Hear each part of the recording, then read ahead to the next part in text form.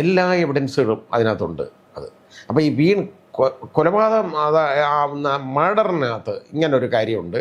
അതുകൊണ്ടത് ജീവപര്യന്തം തടവ് മതി എന്നുള്ളൊരു കാഴ്ചപ്പാടാണ് സുപ്രീം കോടതി എടുത്തത്. ഈ കൊലപാതകത്തിനയാൾ ഉത്തരവാദിയാണോ അല്ല എന്നുള്ള ഒരു കാഴ്ചപ്പാടെടുത്തത് എനിക്ക് വളരെ ബുദ്ധിമുട്ടുണ്ടായി. അത് കാരണം നീതി ശരിയായിട്ട് അതിൽ നടന്നില്ല എന്ന് ഉള്ള ഒരു കാഴ്ചപ്പാട് എനിക്കുണ്ട്. അപ്പോൾ അതിൻ്റെ തലപ്പത്താരായിരുന്നു എന്നുള്ളത് ഞാൻ വെളിവാക്കുന്നില്ല, ഞാൻ പറയുന്നില്ല. അതിൽ ഞാൻ എഴുതുന്ന ജഡ്ജ്മെൻറ്റിനകത്ത് ഒരു എതിരഭിപ്രായം അദ്ദേഹം പറഞ്ഞിട്ടില്ല. മാത്രമല്ല ഞങ്ങൾ തമ്മിൽ നല്ല യോജിപ്പായിരുന്നു ആ കാര്യത്തിൽ. ആ ഡിസിഷൻ മേക്കിംഗ് എന്ന് പറയുന്നത് ഞാനങ്ങ് എഴുതിക്കൊണ്ടാൽ മതി, അല്ലാതെ ഇന്നതാണ് തീരുമാനമെന്ന് പോലും പറയണ്ട, ആ രീതിയിലാണ്. അതിൽ അന്ന് വന്ന ഒരു വളരെ പ്രശസ്തമായ, അത് എന്ന് വെച്ചാൽ കുപ്രസിദ്ധം നമുക്ക് പറയാനുള്ള ഒരു കേസ്, തെറ്റ് പറ്റിയെന്ന് മനസ്സിലാക്കിയെങ്കിൽ പോലും അത് തിരുത്താൻ തയ്യാറായില്ല എന്നുള്ളത് വളരെ ഖേദകരമായ ഒരു സംഭവമാണ്.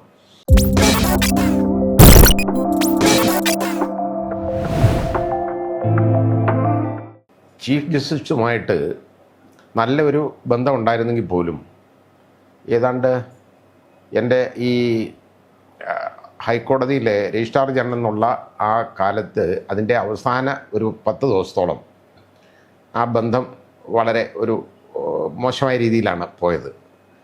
അതിൻ്റെ കാരണം വളരെ കറപ്റ്റായിട്ടുള്ള ഒരു ഓഫീസർ, അതാരാണെന്ന് ഞാൻ പറയുന്നില്ല, അയാളെക്കുറിച്ച് ഒരു ബാറിൽ നിന്ന്, അതായത് ബാർ അസോസിയേഷനിൽ നിന്ന് ഒരു അഭിഭാഷകർ പരാതിയുമായി എൻ്റെ അടുത്ത് വന്നു. അപ്പോൾ അത് കേട്ട് കഴിഞ്ഞപ്പോൾ അതിനകത്ത് വളരെ കഴമ്പുണ്ടെന്ന് എനിക്ക് മനസ്സിലായി. മാത്രമല്ല അയാളെക്കുറിച്ച് നേരത്തെ പരാതികളുണ്ടായിരുന്നു. അങ്ങനെ പരാതി ഉണ്ടായി, അയാൾ ഒരുപാട് സസ്പെൻഷനിലൊക്കെ ആയിരുന്നിട്ട് പിന്നെ റീഇൻസ്റ്റേറ്റ് ചെയ്യപ്പെട്ട ഒരാളാണ്. അപ്പോൾ അയാൾക്ക് കൊടുക്കേണ്ട ശിക്ഷാ നടപടികളെന്ന് പറയുന്നത്, ഞാനത് കഠിനമായ ശിക്ഷാ നടപടികൾ കൊടുക്കണം എന്ന് ഞാൻ ആവശ്യപ്പെട്ടുവെങ്കിലും അത് ചീഫ് ജസ്റ്റിസ് അത് വഴങ്ങാതെ അയാൾക്ക് ഒരു ചെറിയ ഒരു താക്കീതായിട്ട് മാറ്റി അയാളെ സർവീസിൽ റീഇൻസ്റ്റേറ്റ് ചെയ്യാണ് ഉണ്ടായത്. അപ്പോൾ എനിക്കതിൽ അന്ന് തന്നെ എതിർപ്പുണ്ട്. അത് കഴിഞ്ഞതിന് ശേഷം അയാൾ സർവീസിൽ തിരിച്ചു കയറി കഴിഞ്ഞപ്പോഴാണ് വീണ്ടും അയാളെക്കുറിച്ച് പരാതി വന്നപ്പോൾ ഞാൻ ചീഫ് ജസ്റ്റിസിൻ്റെ അടുത്ത് ഞാൻ പറഞ്ഞു, നിങ്ങൾ വെയിറ്റ് ചെയ്യാൻ പറഞ്ഞിട്ട് അവരെ അവിടെ നിർത്തിയിട്ട് ഞാൻ പോയി കണ്ടിട്ട് ഞാൻ പറഞ്ഞു, ഇങ്ങനെ ഒരു പരാതി ഇയാളെക്കുറിച്ചുണ്ട്. അയാളെക്കുറിച്ച് പരാതി വന്നെന്ന് പറഞ്ഞപ്പോൾ തന്നെ ചീഫ് ജസ്റ്റിസ് അതിനകത്ത് ഒരു താല്പര്യമില്ല, മാത്രമല്ല ഒരു ഇറിറ്റേറ്റഡായ ഒരു പെരുമാറ്റമായിട്ട് എനിക്ക് തോന്നി. അപ്പോൾ ഞാൻ ആദ്യം വിചാരിച്ച് എനിക്കത് തോന്നുന്നതാണെന്ന്. പിന്നെ എനിക്കത് മനസ്സിലായത് വളരെ ഒരു പ്രഷർ ഇയാളുടെ കാര്യത്തിൽ ചീഫ് ജസ്റ്റിസിന് ഉണ്ടായത് കൊണ്ടാണ് യഥാർത്ഥത്തിൽ ഈ അയാൾക്കൊരു ചെറിയ പണിഷ്മെൻറ്റ് കൊടുത്ത് റീഇൻസ്റ്റേറ്റ് ചെയ്യാൻ ഇടയാക്കിയത് എന്നെനിക്ക് മനസ്സിലായി. അപ്പോൾ അത് നല്ലൊരു പ്രഷറുണ്ട്. കാരണം അന്ന് ചീഫ് ജസ്റ്റിസ് യഥാർത്ഥത്തിൽ ഒരു സീനിയറായിട്ടുള്ള ചീഫ് ജസ്റ്റിസായിട്ട് മാറുമ്പോൾ വലിയ താമസമില്ലാതെ മാറും. പോരെങ്കിൽ സുപ്രീം കോടതിയിലേക്ക് കിട്ടാനുള്ള യോഗ്യതയൊക്കെ ഉള്ള ആളായിരുന്നു ചീഫ് ജസ്റ്റിസ്, അതിന് സംശയമൊന്നുമില്ല. അവർക്ക് അപ്പോൾ അത് കിട്ടണമെന്നുണ്ടെങ്കിൽ ഇങ്ങനെ ചില കാര്യങ്ങൾ ചെയ്തു കൊടുത്താലേ നിവൃത്തിയുള്ളൂ എന്നെനിക്ക് മനസ്സിലായി. അപ്പോൾ അതിൻ്റെ തലപ്പത്താരായിരുന്നു എന്നുള്ളത് ഞാൻ വെളിവാക്കുന്നില്ല, ഞാൻ പറയുന്നില്ല. ഏതായാലും അത് കഴിഞ്ഞിട്ട് ഞാനിത് പോയി പറഞ്ഞു കഴിഞ്ഞപ്പോൾ പറഞ്ഞ് അത് എൻ്റെ അടുത്ത് എന്തിനാണ് വന്ന് പറയുന്നത്, അത് ജഡ്ജ് ഇൻ ചാർജിൻ്റെ അടുത്ത് പോയി പറയണം എന്ന് പറഞ്ഞു. അപ്പോൾ ഞാൻ പറഞ്ഞു, you are the judge in charge now, കാരണം നിങ്ങളാണ് ഇപ്പം ജഡ്ജ് ഇൻ ചാർജ്.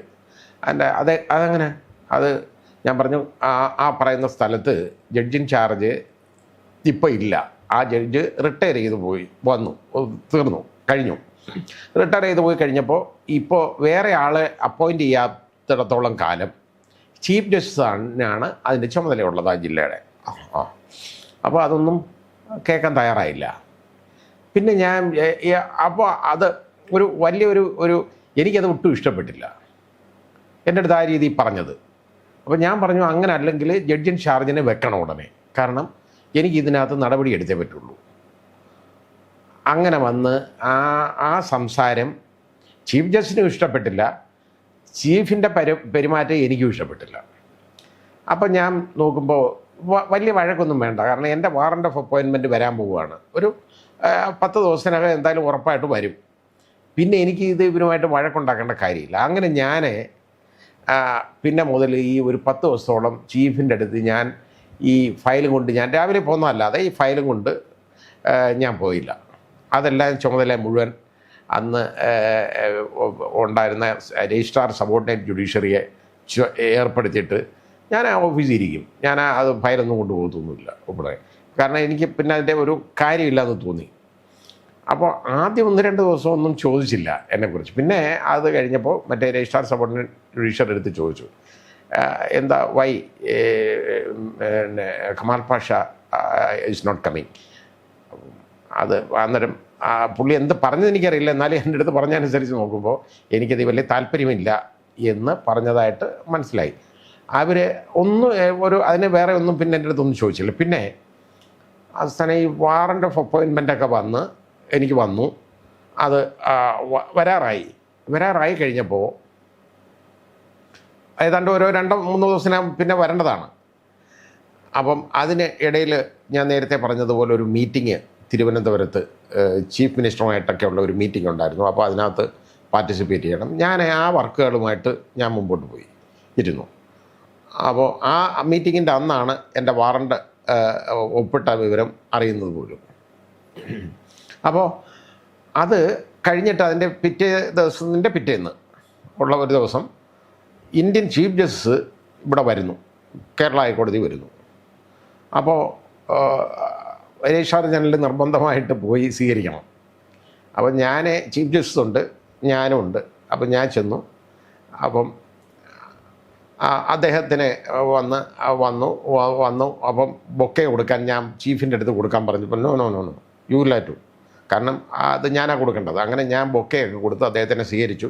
കൊണ്ടുവന്നപ്പോൾ എന്നെ പരിചയപ്പെടുത്തി, this is our registrar general Kamal Pasha is now. അപ്പോൾ അദ്ദേഹത്തിന് മനസ്സിലായി എൻ്റെ വാറണ്ട് വരുന്ന വിവരം അദ്ദേഹത്തിന് അറിയാം. ഹീസ് ഗോയിങ് ടു സ്വയർ, ഞാൻ അന്ന് സ്വയർ ചെയ്യാൻ പോവുകയാണ് പിറ്റേ തിങ്കളാഴ്ച എന്ന് പറഞ്ഞു. അപ്പം പറഞ്ഞു എനിക്ക് നിവൃത്തിയില്ല, എനിക്ക് ഇല്ലായിരുന്നെങ്കിൽ ഞാനിവിടെ നിന്നേനെന്ന് ഇന്ത്യൻ ചീഫ് ജസ്റ്റിസ് പറഞ്ഞു. എന്നെ വളരെ ഇഷ്ടമുള്ള ഒരാളായിരുന്നു അദ്ദേഹം. ഒരുപാട് മീറ്റിങ്ങുകളിൽ ഞാൻ ഈ രജിസ്ട്രാർ ജനറൽ എന്നുള്ള രീതിയിൽ അദ്ദേഹവുമായിട്ട് നടത്തേണ്ടതായിട്ട് വന്നിട്ടുണ്ട്. പല കാര്യങ്ങൾക്കും ബന്ധപ്പെടേണ്ടതായിട്ട് വന്നിട്ടുണ്ട്. അപ്പോൾ ആ നല്ല അടുപ്പമുണ്ട്. അപ്പോൾ അങ്ങനെ അന്നേരം പറഞ്ഞു, he is the best registrar general I have seen എന്നാണ് എന്നെക്കുറിച്ച് ചീഫ് ജസ്റ്റിസ് ഇന്ത്യൻ ചീഫിൻ്റെ അടുത്ത് പറഞ്ഞത്. അങ്ങനെയാണ്. അപ്പോൾ എന്നെക്കുറിച്ച് മോശം ഒരു അഭിപ്രായം ഇല്ല. അപ്പോഴത്തേക്ക് അത് എനിക്ക് മനസ്സിലായി. അപ്പോൾ അവർക്ക് വിരോധമൊന്നും എൻ്റെ അടുത്തില്ല. പക്ഷേ എനിക്ക് മറ്റേതിനകത്തുള്ള കാര്യം എനിക്ക് മനസ്സിലാവുകയും ചെയ്തു. പിന്നെ എനിക്ക് അതുകൊണ്ട് ഞാൻ അവരുടെ അടുത്ത് തർക്കിക്കാനോ അതിനോ ഒന്നിനും പോയില്ല. കാരണം ആ ബുദ്ധിമുട്ട് ചീഫ് ജസ്റ്റിസിനുള്ള വിവരം എനിക്ക് മനസ്സിലായി. പക്ഷെ അത് കഴിഞ്ഞു. ഞാൻ പിന്നെ അന്ന് സ്വയർ ചെയ്തു. ആ സ്വയർ ചെയ്യാൻ പോകുന്നതിന് ഒരു വലിയ പ്രശ്നമുണ്ടായി. കാരണം എൻ്റെ ഉമ്മ അന്ന് വളരെ അധികം, അതായത് ടെർമിനൽ ഇൽനെസ് വളരെയധികമായി, ക്യാൻസറായിരുന്നു. അത് ഏതാണ്ട് ഏത് നിമിഷവും മരിച്ചു പോകുന്ന ഒരു സ്ഥിതിയാണ്. അപ്പോൾ അത് എൻ്റെ ഉമ്മയ്ക്കൊന്ന് കാണുകയും വേണം എന്ന് വെച്ചാൽ അന്ന് അറിയണം ഞാൻ ജഡ്ജിയായി മാറിയത്, ഹൈക്കോടതി ജഡ്ജിയായത്. അപ്പോൾ അത് നോക്കപ്പോൾ ചീഫ് ജസ്റ്റിസ് അന്ന് ഞാൻ പറഞ്ഞില്ലേ, ഞങ്ങൾ ചെറിയ പിണക്കത്തിൽ ഇരിക്കുമ്പോൾ പോലും ചീഫ് ജസ്റ്റിസ് ഹോസ്പിറ്റലിൽ, അന്ന് ഇവിടെ MAJ ഹോസ്പിറ്റലാണ്, വേറെ ഒന്നും ചെയ്യാനൊന്നുമില്ല, മരുന്ന് കൊടുത്ത് അങ്ങനെ ആണ് അവിടെ ഒരു റൂമിൽ കാണാൻ വന്നു. പിന്നെ ഞാൻ അവിടെ കിടത്തുന്നത് കാര്യമല്ല എന്ന് എനിക്ക് തോന്നി. പക്ഷേ ചീഫും പറഞ്ഞു, ഡോക്ടറും പറഞ്ഞു, ഇപ്പോൾ കൊണ്ടുപോകേണ്ട, സാറിൻ്റെ ഇതൊന്ന് കഴിഞ്ഞിട്ട് മതിയല്ലോ എന്ന് പറഞ്ഞു. ഞാൻ പറഞ്ഞു അങ്ങനെയല്ല, എൻ്റെ വീട്ടിൽ പോകണം. ഞാനിത് പോകുമ്പോൾ യാത്ര പറഞ്ഞ് എനിക്ക് ഇറങ്ങുമ്പോൾ എൻ്റെ ഉമ്മ ഇവിടെ ഉള്ളതാണ് എനിക്ക് വേണ്ടത്. ഞാൻ ഇനി കൊണ്ടുവന്നു, ഡിസ്ചാർജ് ചെയ്ത് അന്ന് തന്നെ, ചീഫ് വന്നതിൻ്റെ അന്ന് തന്നെ വൈകുന്നേരം ഡിസ്ചാർജ് ചെയ്ത് കൊണ്ടുവന്നു. അപ്പോൾ അതിൽ 1-2 പേർക്ക് ഈ സ്വയർ ചെയ്യേണ്ടത് എനിക്ക് എത്രയും പെട്ടെന്ന് സ്വയർ ചെയ്യേണ്ടതാണ്. ഇല്ലെങ്കിൽ ചിലപ്പോൾ എൻ്റെ ഉമ്മയുടെ മരണമാണെങ്കിൽ എനിക്ക് പോകാൻ പറ്റത്തില്ല. അങ്ങനെ വന്നപ്പോൾ ഇത് ചീഫ് എന്താണെന്നറിയോ, ഒരു തീരുമാനം ബോൾഡായിട്ടൊക്കെ എടുത്തു. അപ്പോൾ ഇത് വന്നു മൺഡേ, തിങ്കളാഴ്ച തന്നെ അങ്ങ് സ്വയർ ചെയ്യണം. അപ്പോൾ കുറേ പേര് ഈ ജോലിസൊക്കെ നോക്കിയിട്ട് അതിനകത്ത് ഉള്ള 2 പേർക്ക് ഇത് ഒന്ന് മാറ്റി വെക്കണം. അത് വേറെ ചില ഉദ്ദേശത്തിലാണ് മാറ്റിവെക്കണം. കാരണം ഇതിപ്പം അത് മാറ്റിവെക്കുക എന്ന് പറഞ്ഞു കഴിഞ്ഞാൽ ഉള്ള കുഴപ്പം, ഇത് എൻ്റെ ഉമ്മ മരിക്കുകയാണെങ്കിൽ അന്ന് എനിക്ക് സ്വെയർ ചെയ്യാൻ പറ്റുന്നില്ലെങ്കിൽ ഈ സ്വെയർ ചെയ്യുന്ന ഡേറ്റ് അനുസരിച്ച് സീനിയോറിറ്റി മാറും. അപ്പോൾ അതൊരു നല്ല ഒരു ഉദ്ദേശത്തോടു കൂടി അല്ലെന്ന് എനിക്കറിയാം.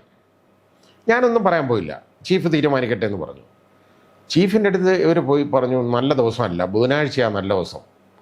അപ്പോൾ ചീഫ് പറഞ്ഞു ശരി ഓക്കെ, നിങ്ങൾ ബുധനാഴ്ച ചെയ്താൽ മതി. അതാണ് അത് അവർ അത്രയും മിടുക്കിയാണ്.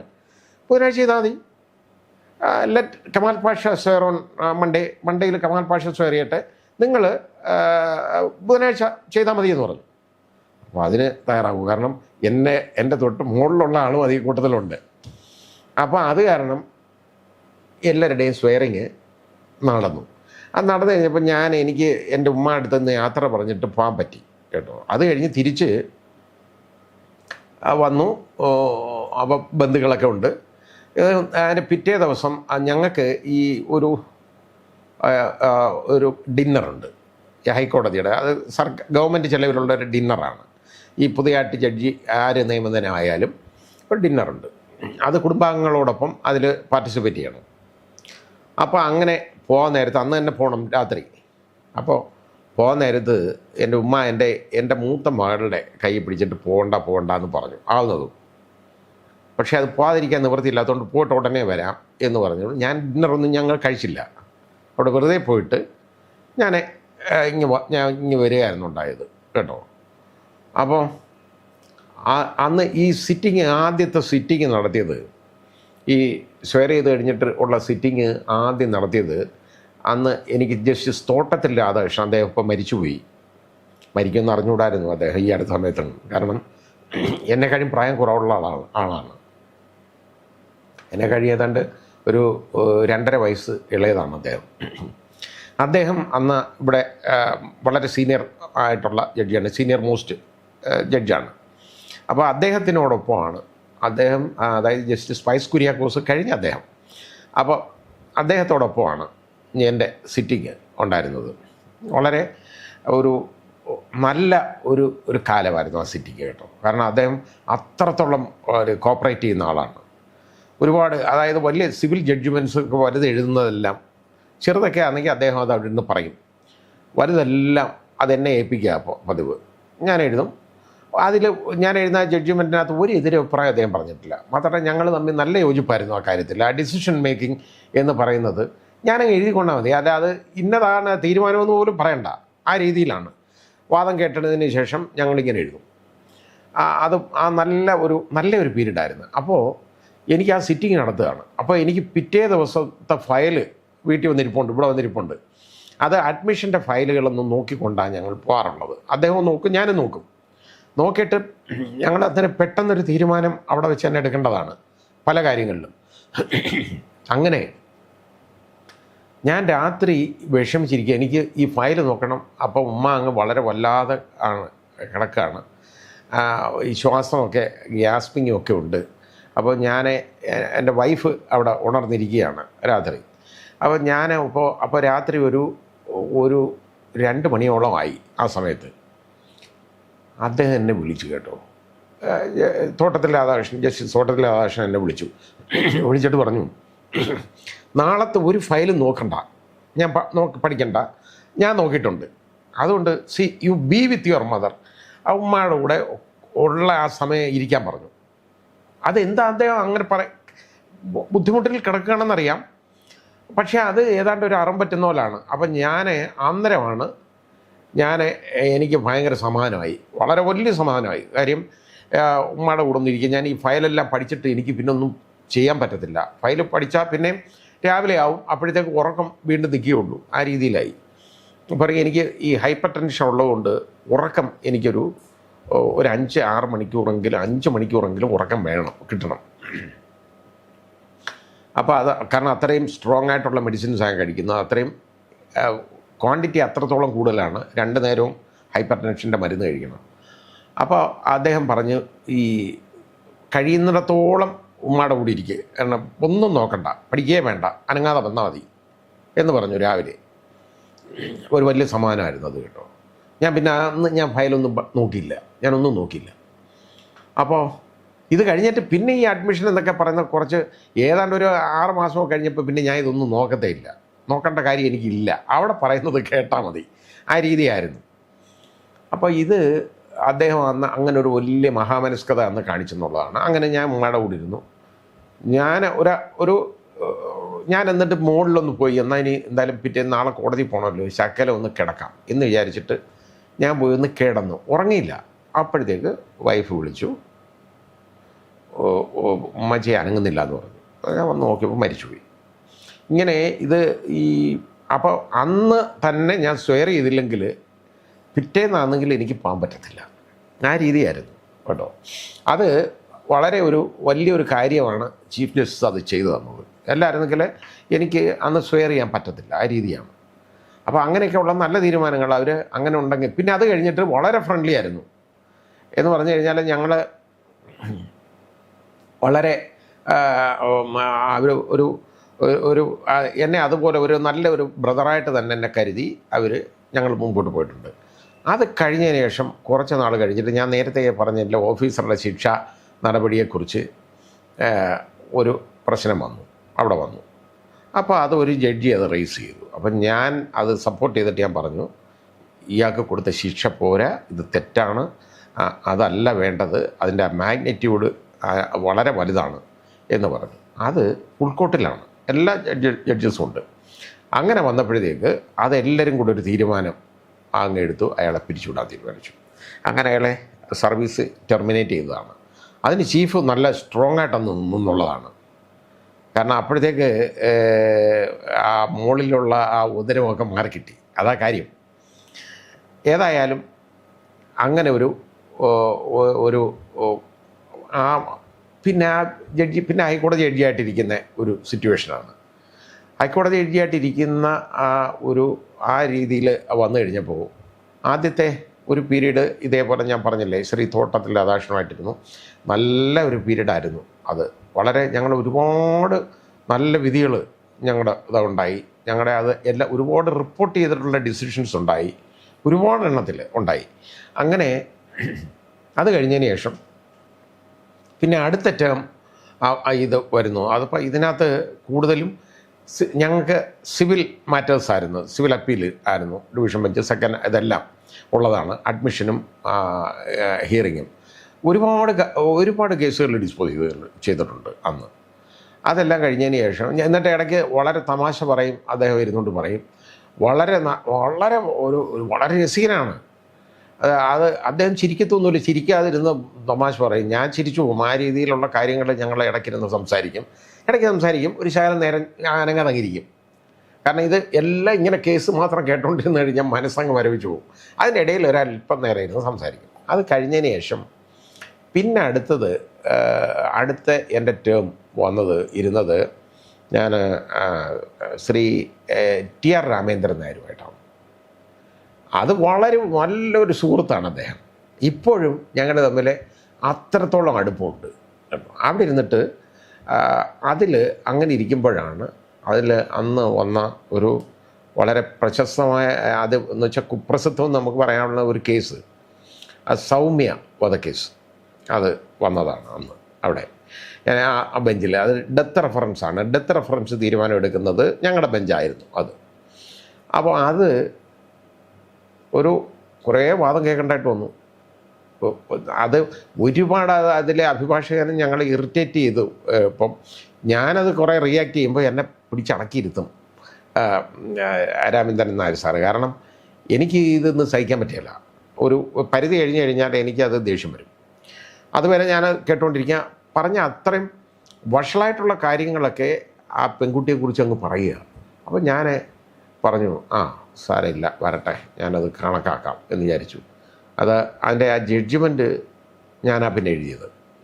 ആ ജഡ്ജ്മെൻറ്റ് എഴുതിയപ്പോൾ അതിനകത്ത് ആ ജഡ്ജ്മെൻറ്റിനകത്ത് ഞാൻ ഇതുപോലെ ഇങ്ങനെ ഈ പെൺകുട്ടിയെക്കുറിച്ച് ഇതുപോലെയുള്ള രീതിയിൽ സ്കാൻഡലസ് ആയിട്ടുള്ള കാര്യങ്ങൾ ചോദ്യം ചോദിക്കുക, അത് കോടതിയിൽ ഇങ്ങനെയൊക്കെ പറയുക, അതൊന്നും പാടില്ല എന്നുള്ളത് ഇന്ത്യൻ എവിഡൻസ് ആക്ടിലെ ആ പ്രൊവിഷൻ അനുസരിച്ച് റിപ്പോർട്ട് ചെയ്ത ജഡ്ജ്മെൻറ്റാണ്. വലിയ ജഡ്ജ്മെൻറ്റായിരുന്നു. എഴുതി വെച്ചു. അപ്പോൾ ഇതെല്ലാം എഴുതിയിട്ടുണ്ട്. അത് ഒക്കെ എഴുതി ഞങ്ങൾ ആ വധശിക്ഷ അയാൾക്ക് കീഴ്ക്കോടതി കൊടുത്ത വധശിക്ഷ ശരിവെക്കുകയാണ് ഉണ്ടായത്. അയാൾ കൊടുത്ത അപ്പീൽ തള്ളുകയും ചെയ്തു.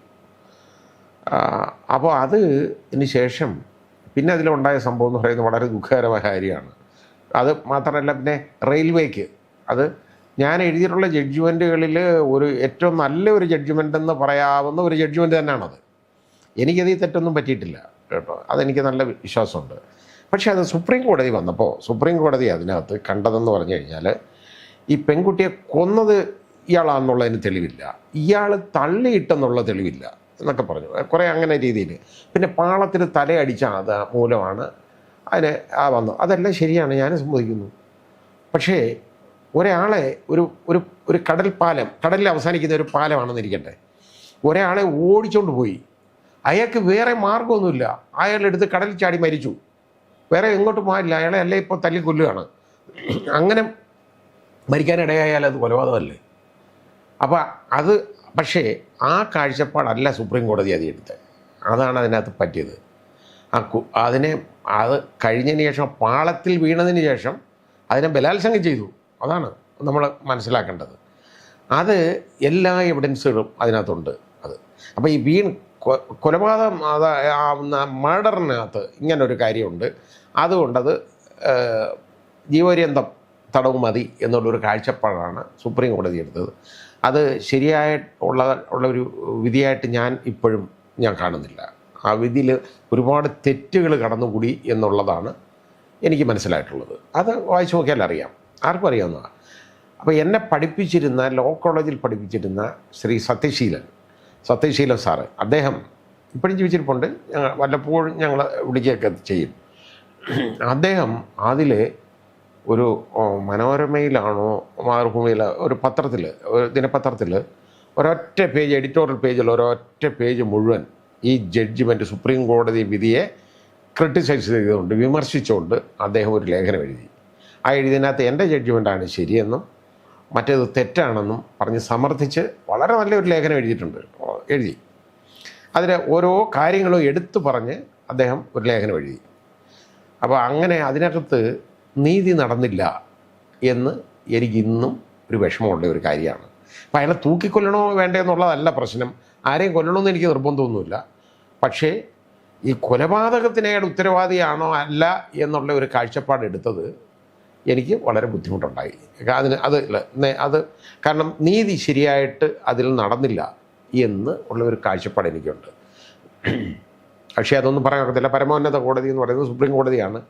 സുപ്രീം കോടതി പറയുന്നത്, അവർ പ്രഖ്യാപിക്കുന്ന നിയമം എന്ന് പറയുന്നത് എല്ലാ കോടതികൾക്കും ബാധകമായ നിയമമാണ്. ലോ ഓഫ് ദി ലാൻഡ് എന്നൊക്കെ ആളുകൾ പറയും. ലോ ഓഫ് ദി ലാൻഡ് എന്നൊന്നും അല്ല അത് വേണ്ട. എല്ലാ കോടതികൾക്കും, all courts in India are bound by the decision of the Supreme Court. Law declared by the Supreme Court എന്നാണ് പറയുന്നത്, is binding on all the courts in India.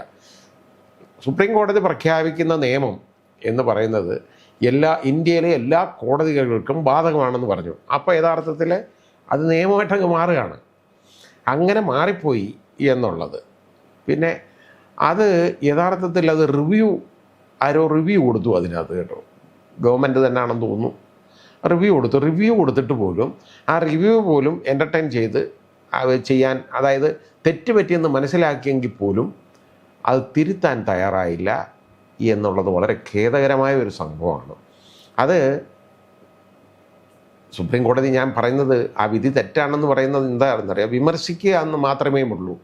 അല്ലാതെ അതിന് അതെനിക്ക് ബാധകമല്ലെന്ന് ഞാൻ പറയാൻ ഒക്കത്തില്ല. ബാധകമാണ്. കാരണം സുപ്രീം കോടതി തെറ്റ് പറഞ്ഞാലും ശരി പറഞ്ഞാലും പറഞ്ഞതാണ്, പ്രശ്നമേ ഇല്ല, ആ രീതിയിൽ പോവും. അപ്പോൾ അങ്ങനെ ഒരു സംഭവം ഉണ്ടായിട്ടുണ്ട്. അത് എൻ്റെ രണ്ടാമത്തെ ടേബിളാണ് എന്നാണ് എൻ്റെ ഓർമ്മ. പിന്നെ അതിൽ ഒരുപാട് അതായത് കേസുകൾ അത് വീതം വെച്ച് തന്നെ ഞങ്ങൾ ചെയ്തുകൊണ്ടിരുന്നത്. അദ്ദേഹം പറയും, ഒരെണ്ണം പറയും, അടുത്തത് ഞാൻ പറയും. ആ രീതിയിൽ നല്ല ഒരു ടേമായിരുന്നു. വളരെ സ്നേഹമായിട്ടും സന്തോഷമായിട്ടും ആയിട്ടാണ് എന്നോട് പെരുമാറിയിട്ടുള്ള അദ്ദേഹം. സീനിയറായിരുന്നു എന്നെ കഴിയും. പക്ഷേ ആ അടുപ്പം എന്ന് പറയുന്നത് വളരെ വലിയ അടുപ്പമായിരുന്നു. ആ അടുപ്പം ഞങ്ങൾ ഇപ്പോഴും സൂക്ഷിക്കുന്നുണ്ട്, അദ്ദേഹമായിട്ടുള്ള അടുപ്പം. ആ ഒരു ഒരു ഒരു അതും നല്ലൊരു പീരീഡായിരുന്നു കേട്ടോ, നല്ലതായിരുന്നു. ഇത് ധാരാളം കേസുകൾ, അത് കൂടുതൽ റെൻറ്റ് കൺട്രോൾ മാറ്റേഴ്സ് ഒരുപാട് വരുമായിരുന്നു. അത് വാടക ഇടപാട് സംബന്ധിച്ചിടത്തോളം അതൊക്കെ അത് ഞങ്ങളുടെ ബെഞ്ചായിരുന്നു തീരുമാനിക്കേണ്ടത്. അതെല്ലാം പെട്ടെന്ന് തീരുമാനിച്ച് ഞങ്ങൾ വിടുമായിരുന്നു. അതൊന്നും അവിടെ നീട്ടുന്ന പ്രശ്നമൊന്നുമില്ല. ഒരാളൊന്ന് കേൾക്കണമെന്ന് പറഞ്ഞു കഴിഞ്ഞാൽ ഞങ്ങളങ്ങ് കേൾക്കും. ആ രീതിയിൽ അത് പോയിക്കൊണ്ടിരുന്നു ഒരുപാട് നാൾ. ഇനി അടുത്തത്